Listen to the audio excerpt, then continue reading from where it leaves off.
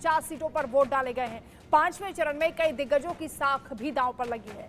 5वें चरण में अमेठी, रायबरेली, लखनऊ, कैसरगंज, सारण जैसी हॉट सीटों पर सबकी निगाहें हैं। 8 राज्य की 49 सीटों पर कौन है सत्ता के करीब? अमेठी, रायबरेली का क्या है रुझान? फाइट टफ है या आसान है? साथ ही ये भी जानेंगे कि सारण के सियासी रण का क्या चुनावी समीकरण है। आपको बताएंगे हॉट सीट पर कितने वोट। हमारे रिपोर्टर्स दिखाएंगे ग्राउंड जीरो से सटीक आंकड़े। चुनाव के 5वें फेज में क्या है जनता का संदेश, और साथ ही ये भी बताएंगे कि 5वें फेज में वोटिंग ट्रेंड के आखिर मायने क्या है। 2019 में 5वें फेज की सीटों पर करीब 62% मतदान हुआ था। क्या इस बार इससे कम रह जाएगा या मतदान का जो प्रतिशत है वो बढ़ेगा?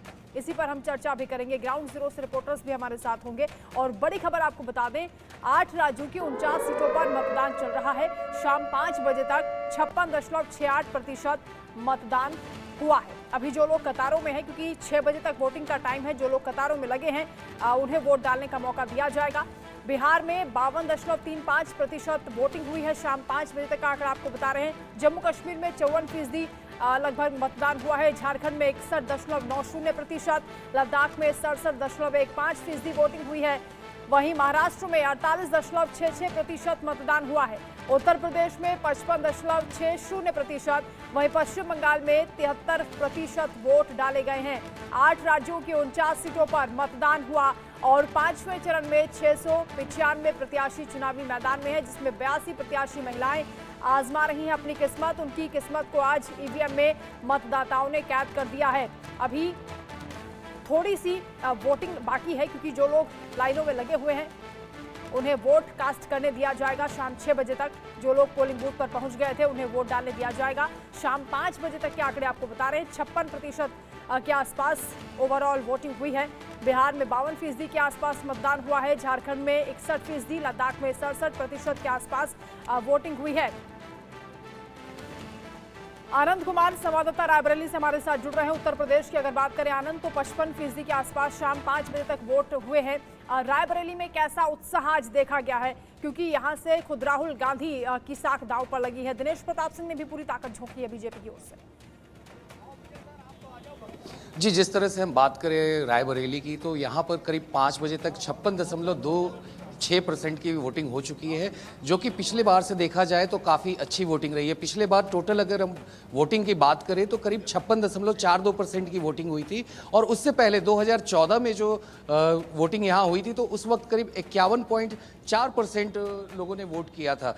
तो लगातार यहाँ पे जो परसेंटेज है वोटरों का वो बढ़ रहा है, और ऐसे में जो उत्साह है ग्राउंड पे वो काफ़ी दिख रहा है। और अभी हमारे साथ यहाँ पे कि आप जैसा कि देख सकते हैं, अभी भी चुनाव इस वक्त 6 बजे तक ही था, तो अभी कुछ लोग जो अंदर गए हुए हैं पोलिंग बूथ के अंदर, तो वो अपना वोट डालकर बाहर आएंगे। बैक टू बिल्कुल, कुछ लोग यहाँ पर नजर भी आ रहे हैं। मतदाताओं से पूछिए आज कौन कौन से मुद्दे हावी रहे, क्या सोचकर वोट किया? जी जरूर, हम बात करेंगे यहाँ पर कुछ लोगों से।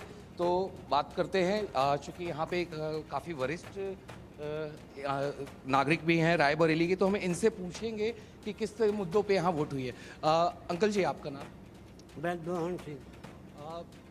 आज करीब 56% वोटिंग हो चुकी है यहाँ पे, रिकॉर्ड टूट रहा है पिछले बार के भी चुनाव का।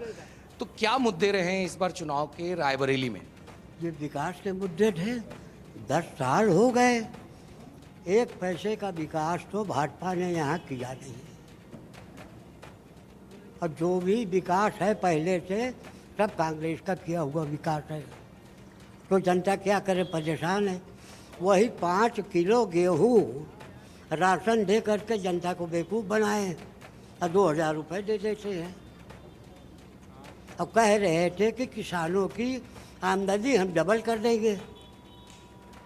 एक भी जानवर कहीं दिखाई नहीं देगा।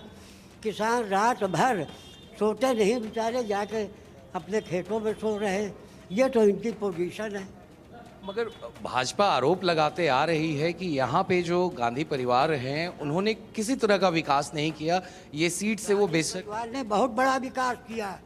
आज यहाँ जो भी विकास है, चाहे रेल कोच देखिए, चाहे एम्स देखिए, चाहे ITI देखिए, IIT देखिए, सुपर मार्केट इतनी बड़ी बनी हुई है, सब कांग्रेस की पीरियड की बनी हुई है। बीजेपी बता दे कि हमने 10 साल में रायबरेली में एक ईंट कहीं रखी हो तो हमको बता दें। अभी हमारे साथ यहाँ पे बीजेपी से भी शिवेंद्र सिंह हैं जो भारतीय जनता पार्टी के यहाँ से स्थानीय लीडर हैं, तो हम उनसे भी बात करेंगे और जानेंगे कि क्या माहौल रहा है रायबरेली में। आज वोटिंग काफ़ी अच्छी हुई है, लगातार अमित शाह जी हों, सीएम आपके हों योगी आदित्यनाथ जी, वो लोग लगातार यहाँ पे आके कैंप करते रहे हैं और जिस तरह से उन लोगों ने आरोप लगाया है कांग्रेस पे कि कोई विकास नहीं हुआ है, तो इसको आप कैसे देखते हैं? रायबरेली के प्रत्येक विधानसभा में मत प्रतिशत बढ़ना ही दिखा रहा है कि भारतीय जनता पार्टी का प्रत्याशी जीत रहा है। रायबरेली में भावनात्मक रूप से 20 साल चले जाने का जो आक्रोश है वो इस बार चुनाव में निकल रहा है। आदरणीय सोनिया गांधी जी यहाँ 20 साल सुप्रीम पावर रहीं और आप बताइए कि कब्रिस्तान जो हो गया ये उद्योगों का रायबरेली, यहाँ पर बड़ी 7-8 फैक्ट्रियाँ लगाई उन्होंने, कृष्णा पेपर मिल, रावल पेपर मिल, सीतापुर शुगर मिल, आपटान केबल, ये सब जब वो सुप्रीम पावर थी 2014 के पहले तो यहाँ बंद हुई। और पिछले 5 साल में तो उन्होंने गजब कर दिया, मतलब भारत के इतिहास में पहला ऐसा जनादेश है कि सर्टिफिकेट लेने भी वो सांसद जी नहीं आए। तो ये आक्रोश है जनता का, जो ये आप मत प्रतिशत बढ़ा हुआ देख रहे हो, ये भारतीय जनता पार्टी के पक्ष में जा। आप जनता की बात छोड़ दिए, कांग्रेस पार्टी के पदाधिकारियों को कोरोना काल में मृत्यु हुई, उनके एक्सीडेंट हुए, वहाँ भी माननीय सांसद सोनिया गांधी, मान लीजिए उनकी तबीयत खराब थी, कहते हैं न्याय यात्रा में वैसे शामिल हुई थी वो, लेकिन ना उनके पुत्र ना पुत्री जो आज नामांकन के बाद यहाँ डेरा डाले हुए थे वो शायद उड़ गए होंगे, अब दिखाई नहीं पड़ेंगे, तो वो भी नहीं आई। अपने पार्टी के लोगों के दिवंगत आत्मा, हाँ शैलेंद्र सिंह शहीद हुए, उनके दिवंगत उसमें पुण्यतिथि में नहीं आई, ना कभी उनका संदेश आया। अब उनके संदेश आ रहे हैं, अब वो फिर से वही भावनात्मक इंदिरा जी वाला डायलॉग कि मैं अपने पुत्र को सौंप रही हूँ, सौंपने से ये सब भावनात्मक रूप से बाल की सेटिंग और नाक से मतलब रायबरेली ऊब चुकी है इन सब चीज़ों से। आप देखिए कि 60 साल में यहाँ से गांधी परिवार और कितने प्रधानमंत्री रायबरेली ने दिए, लेकिन वहीं 10 साल में आप वाराणसी में मोदी जी का कार्य देखिए और 60 साल में रायबरेली की दुर्दशा देखिए, तो दोनों पे आप विकास दोनों की तुलना कीजिए तो आपको पता चल जाएगा कि रायबरेली कितनी छली गई। कांग्रेस के नेता तो कह रहे हैं कि रायबरेली का जो MP होगा वही देश का PM होगा, तो इसको आप कैसे देखते हैं? आप पहले तो इंडी गठबंधन में इतनी पार्टियां हैं, पहले वो अपना दूल्हा सेट कर लें। हमारे यहाँ तो विजन सेट है, हमारे यहाँ तो गठबंधन का दूल्हा सेट है। हमारे यहाँ वैश्विक नेतृत्व तो नरेंद्र मोदी जी के नेतृत्व में पूरी गठबंधन NDA लड़ रहा है, प्रधानमंत्री का दावेदार तय है। उनके मंच पे जहाँ कहा जाता है कि राहुल गांधी प्रधानमंत्री के दावेदार हैं, लोग सीढ़ियाँ उतरना शुरू कर देते हैं। तो ये इंडिया गठबंधन का हाल है। पहले तो तय करे कि वो कितने सीटों पर, उत्तर प्रदेश में 17 सीटों पर कांग्रेस लड़ रही, किस प्रकार से राहुल गांधी को प्रधानमंत्री बनने देंगे। और पहली बात यही बगल से अमेठी से वो हार के वायनाड भाग चुके हैं केरल। तो ये सारी स्थितियां मुझे तो नहीं लगता कि कहीं से कांग्रेस के अभी 10-20 साल उसके अच्छे आने वाले हैं, उनके अच्छे दिन 60 साल बीत गए। ठीक है शिवेंद्र जी, तो अभी हमारे साथ अब कांग्रेस के भी प्रवक्ता हैं यहाँ से रायबरेली से, राहुल वाजपेयी जी। राहुल जी, लगातार सोनिया गांधी हों, राहुल गांधी हों, प्रियंका गांधी हों, उन लोगों ने लगातार एक कनेक्ट बताया है कि कैसे 102 साल से उनका परिवार यहाँ से कनेक्टेड था, फिर किस तरह से एक पारिवारिक रिश्ता का उन्होंने जिक्र किया। मगर अभी जैसा कि शिवेंद्र जी ने यहाँ आरोप लगाया कि कोरोना काल में ये लोग कभी देखने नहीं आए, इन्होंने लोगों के बीच में कभी मैसेज तक नहीं भेजा, तो ये सारे जो कनेक्ट है, जो लोगों से एक डिस्कनेक्ट हुआ है गांधी परिवार का, तो कैसे देख रहे हैं आप इस चुनाव में, इसका क्या अर्थ निकाला जाए? देखिए, पहले तो मैं, जो हमारे भाई ने बात कहा कि यहाँ पे सोनिया जी कभी देखने नहीं आती, अगर सोनिया जी और गांधी फैमिली रायबरेली जनता का ख्याल ना रखती होती तो जो जनता का गांधी परिवार का दिल से जुड़ाव है ये ना होता, और इस रिजल्ट में, चुनाव के रिजल्ट में आपको दिखेगा जुड़ाव। ठीक है, दूसरी बात, हमारे भाई की जिस पार्टी से बिलोंग करते हैं, झुट्टों की पार्टी है, उनको केवल जुमलेबाजी आती है, वो सच की कभी सच के पास नहीं जाते। आपने रायबरेली के विकास की बात की तो उन्होंने विकास छोड़कर बाकी सारी बातें कर डाली, रायबरेली में क्या किया इस पर चर्चा ही नहीं की, तो झुट्टों की सरकार है। गांधी परिवार ने हमेशा रायबरेली के लोगों का ख्याल रखा, चाहे ब्लावर प्लांट NTPC फटा हो तो राहुल जी तुरंत आए, लालगंज में नाव से बच्चे डूबी गिर गए, सोनिया जी तुरंत आई, कोरोना काल में लगातार यहाँ पे ऑक्सीजन प्लांट उपलब्ध कराया, लगातार उन्होंने यहाँ पर राशन भिजवाया, गाँव की हर, देखिए मैं बोल रहा हूँ, आप बीच में इंटरप्ट मत करिए, ठीक है, गांव की हर जनता में, गरीब जनता के पास जहाँ जहाँ राशन की जरूरत थी वहाँ उन्होंने पैकेज पहुँचवाए, राशन पहुँचवाया, ये रायबरेली जनता जानती है।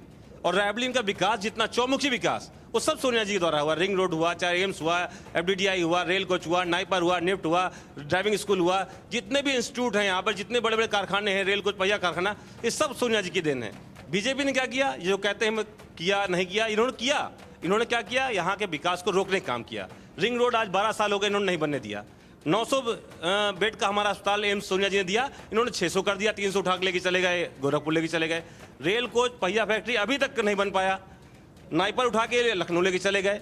यहाँ FDDI की उन्होंने बिल्डिंग जो बनने का कार्य शुरू हुआ था उन्होंने रुकवा दिया। इन्होंने सारे विकास कार्य रुकवाने का काम किए। प्रधानमंत्री नरेंद्र मोदी जी ने रेल कोच बाईपास का उद्घाटन किया, 6 साल हो गए हैं और 15 दिन बाद वो रेल बाईपास टूट गया, आज तक वो नहीं बना। इन्होंने ये काम किया यहाँ पर, ये केवल जनता को गुमराह करते हैं। पिछले बार अगर 2019 की हम बात करें तो पिछले बार करीब 1,67,000 का डिफरेंस था, विनिंग मार्जिन थी सोनिया गांधी जी का दिनेश प्रताप सिंह जी के अगेंस्ट। अगर हम यही बात करें 2014 की, तो ये जो जीत का मार्जिन था वो करीब 3,52,000 वोट से भी ऊपर का था, जब अजय अग्रवाल जी के समक्ष बीजेपी से थे वो सोनिया गांधी थी। तो इस बार की जो ज़्यादा परसेंट वोटिंग हुई है, और रायबरेली ही एक ऐसा किला है कांग्रेस का जो अभी तक भेदा नहीं गया है। बीजेपी ने पिछले बार भी कोशिश की थी, 2014 के भी जो मोदी वेव था उसमें भी ये किला बचा था। तो क्या लगता है इस बार जीत का मार्जिन बढ़ेगा या फिर ये किला अभी भी अभेद रहेगा बीजेपी से? देखिए, पिछली बार चुनाव में पुलवामा था, नरेंद्र मोदी जी ने शहीदों की शहादत को जिस तरह उन्होंने बेचा, मंचों से शहादत पे वो वोट मांग रहे थे। हमारा देश की जनता भावनात्मक होती है, वो भावनाओं में आकर कुछ वोट उन्होंने गुमराह कर लिए, जिसके कारण मार्जिन घटा। लेकिन इस बार अग्निवीर है, और देश में जिस तरह बेरोजगारी महंगाई है, इस बार मुद्दे ये हैं। और जो रही बात जीत के मार्जिन की, इस बार भाजपा को यहाँ से प्रत्याशी नहीं मिल रहा था। पिछली बार भी उन्होंने डमी कैंडिडेट खड़ा कर दिया, अब की बार उन्होंने बहुत प्रयास किया कोई अच्छा प्रत्याशी मिल जाए, उनको वही प्रत्याशी नहीं मिला। तो जो BDC और प्रधानी हार गया अपने गांव से, उसको उन्होंने लोकसभा का चुनाव टिकट दे दिया, क्योंकि उनके पास प्रत्याशी नहीं था। इस बार कांग्रेस पार्टी 5 लाख से ज़्यादा राहुल गांधी यहाँ जीतेंगे, और इतनी भारी मतों से रायबरेली जनता जिताएगी कि दोबारा बीजेपी यहाँ अपना कोई प्रत्याशी ना पैदा उतार सके। तो अभी हमारे साथ यहाँ पे एक और युवा नेता मौजूद है, समाजवादी पार्टी के हैं।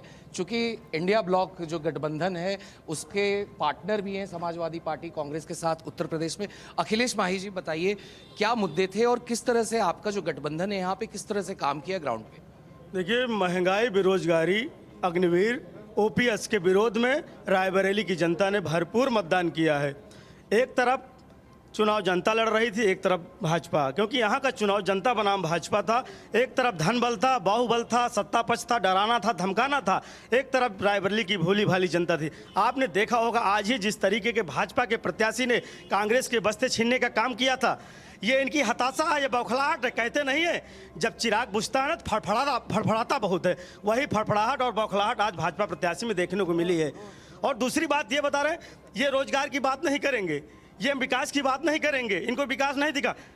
जब कांग्रेस की सरकार रही है, समाजवादी पार्टी की सरकार रही, समाजवादी पार्टी ने 24 घंटे बिजली देने का काम किया है, एम्स के लिए मुफ्त जमीन देने का काम किया है। यूं ही नहीं, 14 ये पावर प्लांट लगाने का काम किया है, पावर हाउस लगे हैं, और CHC PHC भी देने का काम किया है। आज इनको विकास नहीं, विकास के नाम पे नहीं। बीजेपी 4 चरणों के चुनाव में चारों खाने चित्त हो गई। आज 5वें चरण में संदेश रायबरेली ने दे दिया कि ये बुरी तरीके से हार रहे हैं। इनके पास कोई मुद्दा चलने वाला नहीं, ना राम मंदिर चला है, ना इनका राम रहीम, ना हिंदू पाकिस्तान, ना POK, कुछ नहीं चला है। इस धाराशाही हो गई। इनके प्रत्याशी ने आज बेला खारा में जिस बूथ पे था, शंकरगंज बूथ पे था, वहां पर बस्ता छीन लिया है। ये इनकी बौखलाहट नहीं है और क्या है, ये बहुत बुरी तरीके से हार रहे हैं। इनको जमानत बचाना मुश्किल हो जाएगा। ये 4 जून के बाद दिखने वाले नहीं है। जो लोग घूम रहे हैं बता रहे हैं विकास नहीं दिख रहा है। अगर विकास दिखना है तो मुंशीगंज चले जाओ, रेल कोच चले जाओ, इधर FDDI चले जाओ, निफ्ट चले जाओ, ये सब विकास ही तो है। ड्राइविंग इंस्टीट्यूट हरचंदपुर में खुला है, ये क्या है? विकास नहीं तो और क्या है? इनकी नज़र में विकास की परिभाषा और कुछ हो सकती है, हमारी नज़र में विकास की परिभाषा जो कांग्रेस ने किया है, कांग्रेस ने रायबरेली को विश्व पटल पे नाम दिया है। आज भी हम लोग गौरवान्वित महसूस करते हैं कि रायबरेली ने जो हम लोगों को दिया है उस पर हमें फक्र है, हम नौजवानों को फक्र है। यहाँ के जब कारखाना लगा तो लोकल लोगों को रोजगार मिला है, कोई बाहरी लोगों को रोजगार उतना नहीं मिला रेल कोच में। आज बता रहे हैं विकास नहीं हुआ, किस विकास की बात करते हैं? इनका क्या विकास मॉडल है? अपनी पार्टी के लिए बड़े बड़े दावे तो ये लोग कर रहे हैं, लेकिन आम जनता भी आपके साथ है, उनसे भी साथ साथ रिएक्शन आप लेते रहिए, वो बेहतर बता पाएंगे। जी जी, अभी हमारे साथ यहाँ पे कुछ स्थानीय लोग भी हैं, तो हम उनसे भी बात करेंगे। भाई साहब, आपका नाम? छोटे मिश्रा। छोटे मिश्रा जी, चूंकि सारे पार्टियों के, सारे दल के यहाँ पे नेता हैं, वो अपनी अपनी पार्टी की जो सारी उपलब्धियां हैं वो गिना रहे हैं, मगर आम नागरिक के तौर पे अगर हम रायबरेली में बात करें तो चूंकि ये काफ़ी एक VIP सीट रही है, इंदिरा गांधी जी यहाँ से प्रधानमंत्री रही, उनके परिवार के लोग 1952 में फिरोज गांधी की अगर हम बात करें तो उन्होंने सबसे पहले यहाँ से सांसद का चुनाव जीता था और लगातार गांधी ठीक परिवार है का आनंद, आप रिश्ता इन रहा है, लोगों तो से एक बातचीत वीआईपी सीट करिएगा, बनकर लौटेंगे रही। आपके पास, आप आप लोगों बने के रहिए मुद्दे हमारे क्या हैं? साथ। दरअसल उसमें चुनाव बस में इतना कहना मुस्लिम चाहते आरक्षण हैं। को लेकर जमकर सियासत हो रही है, इस पर बातचीत करेंगे। मनमोहन सिंह का भारत के संसाधनों पर मुस्लिमों वाला पहला हक बताने का जो बयान था वो आपने सुना होगा, लेकिन इस बीच मुस्लिम आरक्षण